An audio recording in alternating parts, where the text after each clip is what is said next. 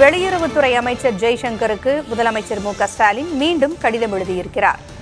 மீனவர்களை விடுவிக்க இலங்கைக்கு அழுத்தம் தர வேண்டும், அதற்கான நடவடிக்கை எடுக்க வேண்டும் என்று இந்த கடிதத்தில் முதலமைச்சர் குறிப்பிட்டிருக்கிறார். இலங்கை கடற்படையால் கைதான 25 மீனவர்கள் மற்றும் படகுகளை விடுவிக்க நடவடிக்கை எடுக்க வேண்டும் என்று வெளியுறவுத்துறை அமைச்சருக்கு முதலமைச்சர் மு.க.ஸ்டாலின் மீண்டும் கடிதம் எழுதியிருக்கிறார்.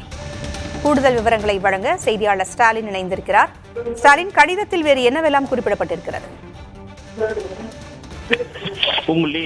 இலங்கை கடற்படையினரால் சிறைபிடிக்கப்பட்டுள்ள அந்த 25 மீனவர்களையும் அவர்களுடைய மீன்பிடி படகுகளையும் உடனடியாக விடுவித்திடக் கோரி தற்போது இந்த கடிதம் எழுதப்பட்டுள்ளது. அது மேலும் இந்த பிரச்சனைகளுக்கு மீனவர்கள் விவகார பிரச்சனைக்கு நிரந்தர காண வேண்டியும் இந்த கடிதத்தில் பல்வேறு விஷயங்களை முதலமைச்சர் குறிப்பிட்டிருக்கிறார்.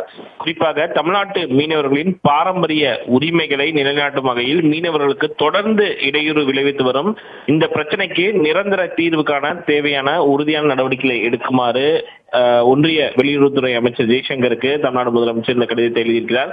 தமிழ்நாட்டைச் சேர்ந்த 25 மீனவர்கள் பாக் ஜலசந்தி மற்றும் மன்னார் வளைகுடா கடல் பகுதியில் மீன்பிடித்துக் கொண்டிருந்த நிலையில் நேற்று இலங்கை கடற்படையினரால் சிறை பிடிக்கப்பட்டுள்ளனர். இந்நிலையில் கைது செய்யப்பட்டுள்ள மீனவர்களையும் அவரது மீன்பிடி படகுகளையும் உடனடியாக விடுவித்திட உரிய நடவடிக்கைகளை மேற்கொள்ள வேண்டும் என்று இந்த கடிதத்தின் வாயிலாக வலியுறுத்தப்பட்டுள்ளது.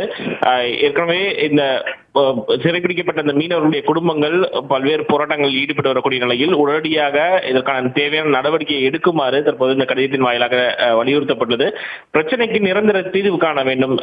குறிப்பாக இந்த கச்சத்தீவு விவகாரத்தையும் தமிழ்நாடு முதலமைச்சர் தன்னுடைய கடிதத்தில் குறிப்பிட்டிருக்கிறார். 1974ஆம் ஆண்டிலிருந்தே அப்போதைய மத்திய அரசுக்கும் மாநில அரசுக்கும் இடையிலான புரிந்துணர்வு ஒப்பந்தத்தை தொடர்ந்து இந்த பிரச்சனை நிலவுவதாக இந்த கடிதத்தில் தமிழ்நாடு முதலமைச்சர் சுட்டிக்காட்டியுள்ளார். மாநில அரசுடைய ஒப்புதல் இல்லாமல் அந்த புரிந்துணர்வு ஒப்பந்தம் புரிந்துணர்வு ஒப்பந்தம் மேற்கொள்ளப்பட்டதாகவும் நாடாளுமன்றத்திலும் இது தொடர்பான விவகாரங்களை எதிரொலித்த நிலையிலும் அதனை சுட்டிக்காட்டுவதாகவும் தமிழ்நாடு முதலமைச்சர் தற்போது இந்த கடிதத்தில் குறிப்பிட்டிருக்கிறார்.